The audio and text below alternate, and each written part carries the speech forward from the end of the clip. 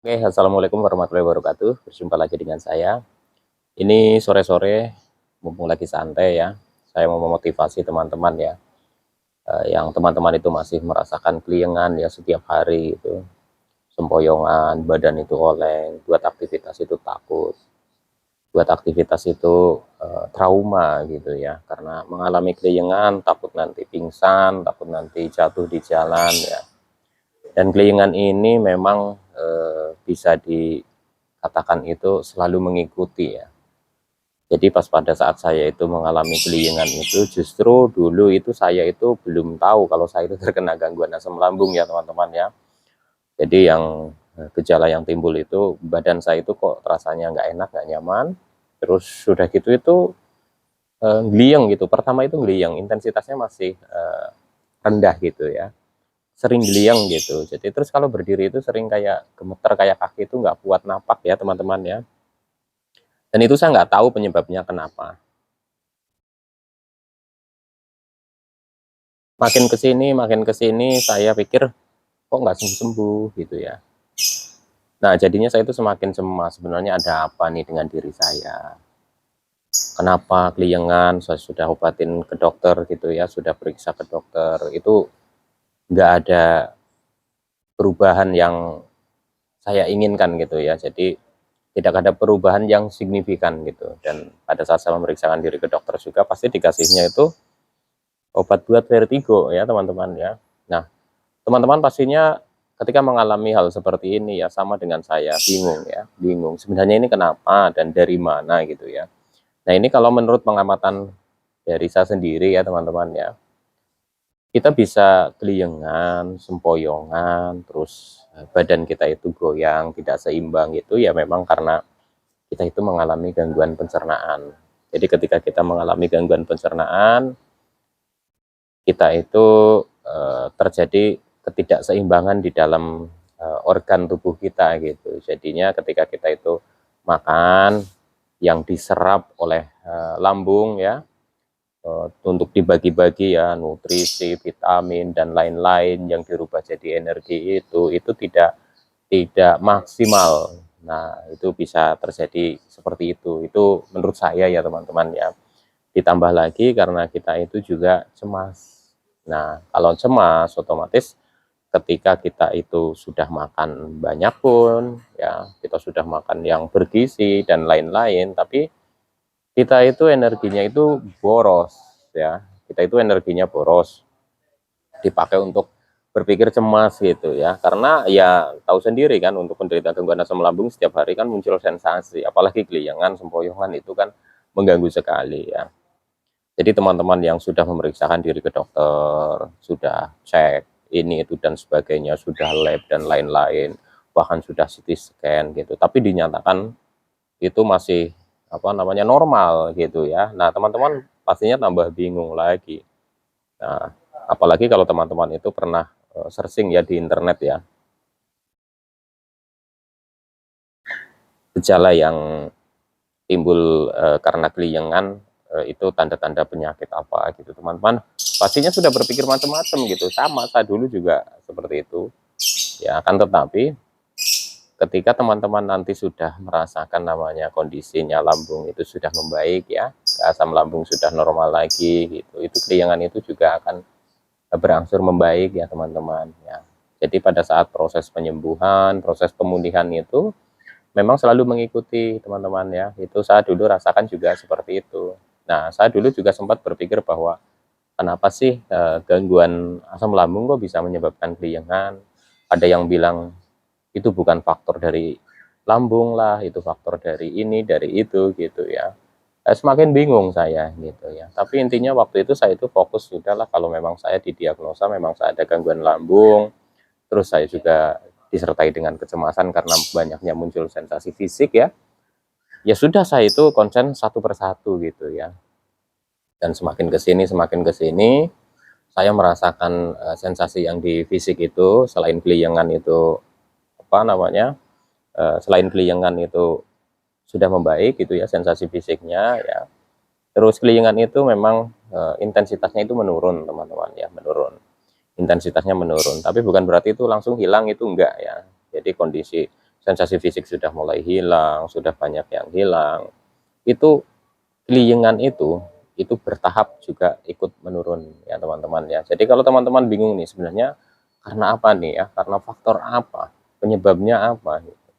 Ya intinya penyebabnya adalah ketika kita mengalami gangguan pencernaan ya, itu akan terjadi ketidakseimbangan di dalam tubuh ya teman-teman ya.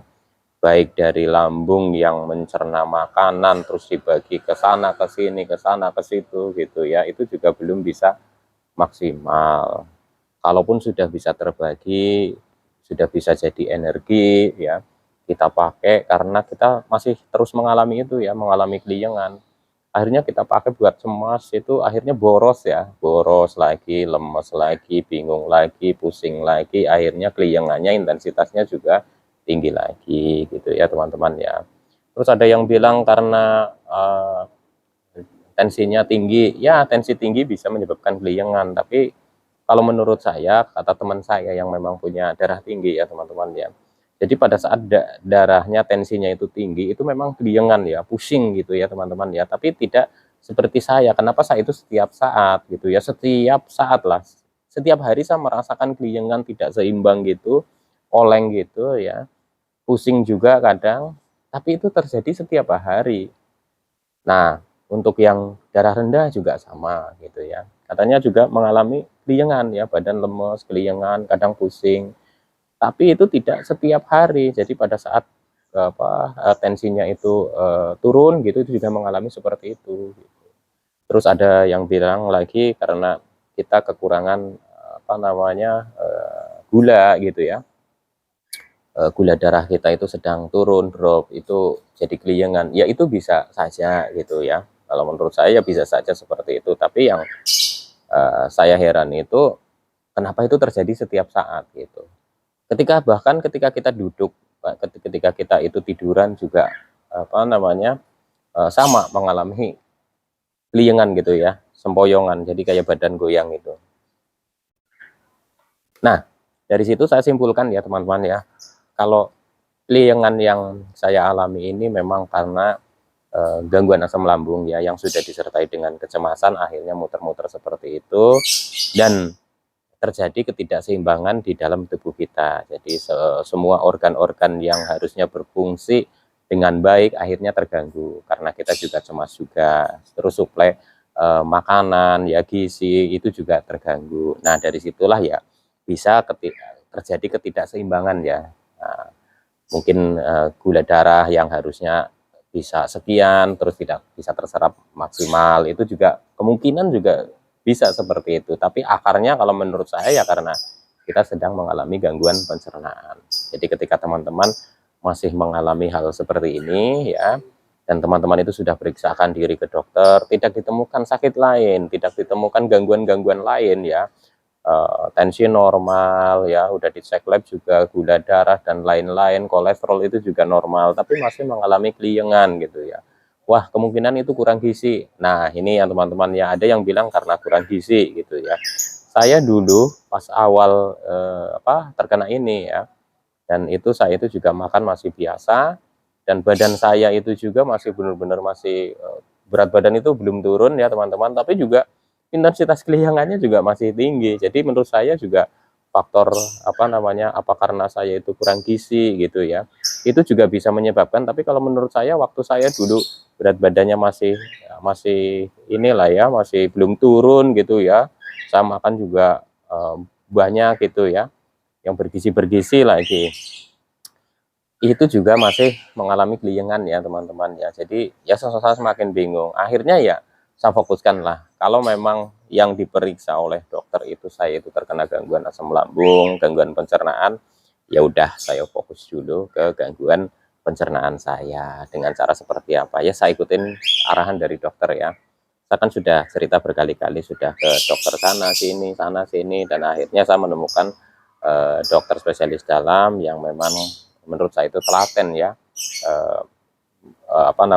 keluhan-keluhan saya gitu itu saya sampaikan gitu, telaten, terus saya ikutin arahannya gitu. Kalau memang waktu itu ya saya itu dikasih obat dan saya harus minum rutin, saya minum rutin ya teman-teman, dan saya juga kontrol rutin. Nah, disitulah ya teman-teman, ketika kondisi saya sudah mulai membaik, saya juga menerapkan 3P ya, memperbaiki 3P ya, pola makannya, pola hidupnya, terus pola pikirnya secara konsisten. Itu perlahan-lahan kondisi apa namanya pencernaan saya ya, gangguan asam lambungnya itu membaik ya, intensitas keliengan juga semakin menurun, semakin menurun. Nah, ini memang masih mengikuti ketika kita sudah membaik, dan menurut saya itu juga sudah sembuh lah untuk gangguan pencernaan, tapi keliengan kadang masih ada gitu ya, masih ada. Intensitasnya turun-turun ya, yang tadinya kerasa setiap hari, nanti 3 hari sekali, oh kok kerasa lagi, nanti baru seminggu sekali itu kerasa lagi, dan sampai hilang keliengan sempoyongan itu ya kita nggak terasa gitu ya teman-teman. Karena kita sudah sibuk dengan aktivitas gitu ya. Pas pada saat kita masa penyesuaian itu ya, kita aktivitas, kita kerja gitu ya, itu juga terkadang kalau capek sekali ya, terus kurang tidur juga, itu juga kadang mengalami, tapi ya cuma sebentar gitu ya teman-teman. Jadi teman-teman nggak usah bingung ya, nggak usah terlalu khawatir akan, waduh jangan-jangan saya kena ini, jangan-jangan saya kena itu, karena teman-teman kan juga sudah periksa ya, sudah periksa ini itu dan sebagainya, bahkan sudah CT scan gitu, tidak ditemukan apa-apa, teman-teman hanya mengalami gangguan asam lambung. Udah mulai sekarang perbaiki 3P secara konsisten. Kalau yang belum periksa ke dokter, periksa dulu. Ya, kalau memang dibutuhkan obat untuk menunjang kesembuhan, ya nggak apa-apa. Ya teman-teman ya, ikutin arahannya. Gitu aja ya teman-teman ya. Semoga teman-teman itu semakin sehat ya, semakin membaik ya. Dan saya selalu doakan teman-teman lekas sembuh ya. Amin ya rabbal alamin. Oke, sekian dulu. Salam sehat, semanin dan rohani. Wassalamualaikum warahmatullahi wabarakatuh.